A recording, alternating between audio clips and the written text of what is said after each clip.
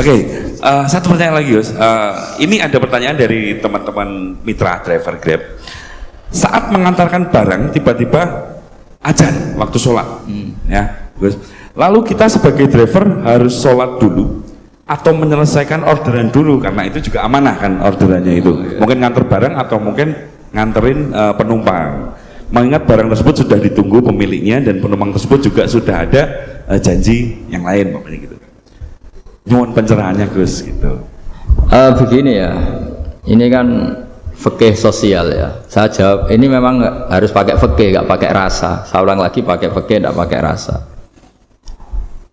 Waktu sholat itu kan banyak ya, diantaranya maghrib dan isya, duhur dan asar, terus subuh sendiri. Ya, ben sampean belajar fikih, orang belajar tasawuf ya. Nah, kalau subuh itu tidak ada toleransinya kalau waktunya sudah tinggal 10 menit karena tidak ada jamak. Ya, tidak ada apa? Jamak. Sehingga misalnya kalau kamu ngojek waktu tinggal 10 menit ya harus sholat. Tapi kalau sekedar dengar azan ya, ini penanyanya kayaknya itu teman kamu, jadi fikihnya kayak kamu, nggak jelas. Azan itu kan bukan akhir waktu sholat. Azan itu bukan akhir waktu sholat, tapi awal sholat. Itu tidak harus supir Grab, tidak harus supir Gojek. Meskipun kamu makan ada azan, ya teruskan saja, kan tidak akhir waktu sholat.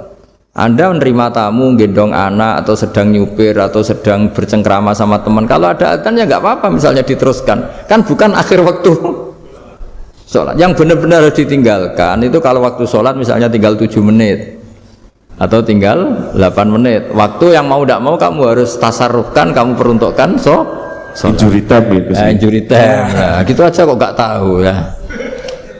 Nah, lalu misalnya, kalau pertanyaan tadi mestinya kelasnya itu kelas afdoliyah. Utamanya gimana? Kalau wajibnya belum ada karena kan waktunya masih panjang. Jadi pertanyaannya bukan wajibnya tapi sebaiknya, karena ini semuanya belum mendesak kan. Andai kan kamu teruskan nganter barang kan tidak ada jaminan waktunya habis. Padahal kalau kamu memaksa sholat, mungkin citra kamu sebagai supir Grab tidak baik karena dianggap mengabaikan konsumen. Nah, terus kedua menyangkut jarak. Oke, seperti itu. Nah, sekarang kalau pertanyaannya dibalik, makanya yang dibalik ini agak ribet. Waktu sholat tinggal 8 menit.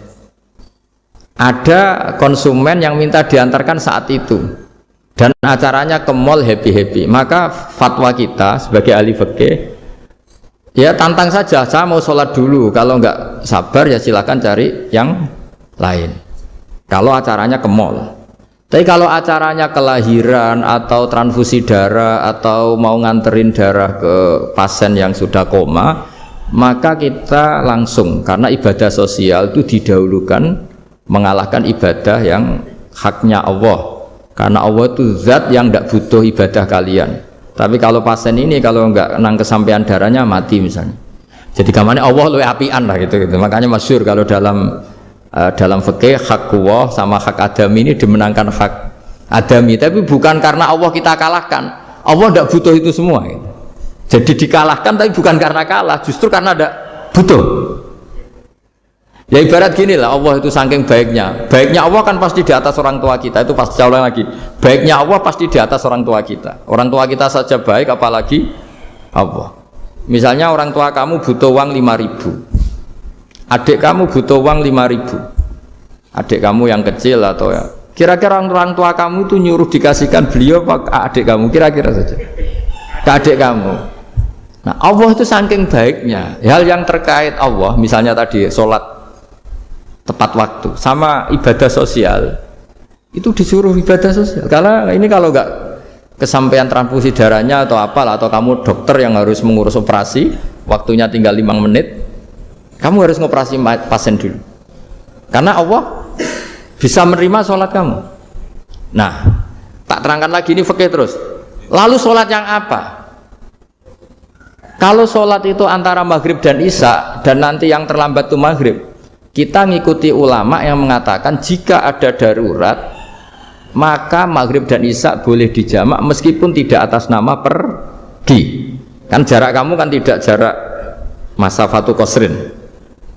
Artinya apa? Misalnya saya dokter, harus operasi, waktu saya tinggal 8 menit mau maghrib, ternyata harus ada operasi. Kalau saya nggak nangani, mati. Saya harus operasi. Dan nanti waktu saya maghrib habis itu tidak harus dikatakan qadha atau yang mengeluarkan maghrib dari waktunya. Bisa saja menurut ulama dianggap boleh dijamak takhir dengan isya. Karena kondisinya masih waktu jam'in. Begitu juga duhur dengan asar. Tapi kalau waktunya itu asar, tinggal 8 menit, kemudian harus ada operasi, ya kita operasi, waktu asar kita mundur sampai maghrib, namanya qadha yang dimaafkan Allah. Ya namanya tetap qadha karena asar gak bisa dijamak dengan maghrib. Jadi ini fikih ya, jadi jawabnya harus jelimet. Jadi saya ulang lagi ya, tadi kan pertanyaannya dengar adzan. Kalau adzan kan waktunya masih panjang, apalagi misalnya maghrib kan waktunya kan taruh saja ada waktu seperempat jam. Ternyata andekan kamu antar hanya butuh waktu 7 menit, kan nggak ngefek sama sekali. Nyanda ya gitu. Terus kalau driver umpamanya dapat order, ini yang tanya kamu malah mewakili dalam, kalau ada driver dapat orderan food, nganterin makanan, tapi makanannya non halal, niku fakihipun pripun? Nah, makanya itu tadi ya. Kamu tahu betul kalau itu non halal loh? Kalau itu sudah tahu pasti non halal. Nah, ya, daging Tyrannosaurus, ngoten mungkin. Makanya tadi itu memang PR kita di semua profesi. Saya ulang lagi, itu PR kita di semua profesi. Jadi ya itu makanya pentingnya istighfar tuh di situ tuh sudah kita sebagai ulama menghalalkan tidak mungkin, mengharamkan kamu juga demo. Ini pekerjaan Gus. Tapi yang jelas itu tidak bisa dihindari. Ya sama lah seperti orang di bis itu. Kadang-kadang kan didoain, semoga semua penumpang hasil ke tempat masing-masing, dan kalau ada copet berarti kan doain copet juga hasil tujuannya. Jadi di semua profesi itu resikonya. Makanya tadi saya bicara tentang fikih. Kaidah umumnya menolong maksiat itu ya bagian dari maksiat, menolong taat itu bagian dari taat. Mau tidak mau harus ada hukumnya. Setidaknya barokahnya tahu hukum. Kalau kita salah belum istighfar gitu, sudah salah nggak merasa salah gitu. Jadi barokahnya tahu hukum itu paling enggak kan kita ya istighfar lah. Kan ya tadi seperti paket misalnya, kan ada saja orang paket yang jelas-jelas barangnya itu haram, tapi atas nama profesionalitas kan mungkin tetap dikirimkan. Tapi barokahnya ngerti hukum, dia istighfar.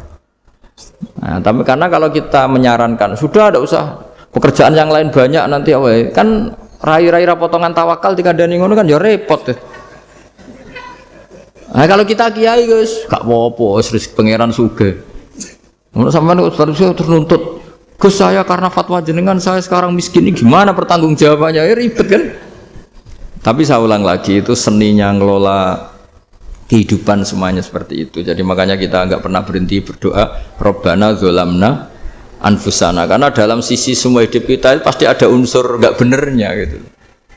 Ya saya ulang lagi, pokoknya kaidah umumnya itu menolong taat itu ya ikut bagian dari taat, menolong maksiat ya bagian dari maksiat. Tapi ya tadi ya kita harus istighfar. Kan cuma tadi yang jelas-jelas maksiat dan kita tidak tajassus. Saya ulang lagi, tidak tajassus itu neliti wong nanti jelimet nih.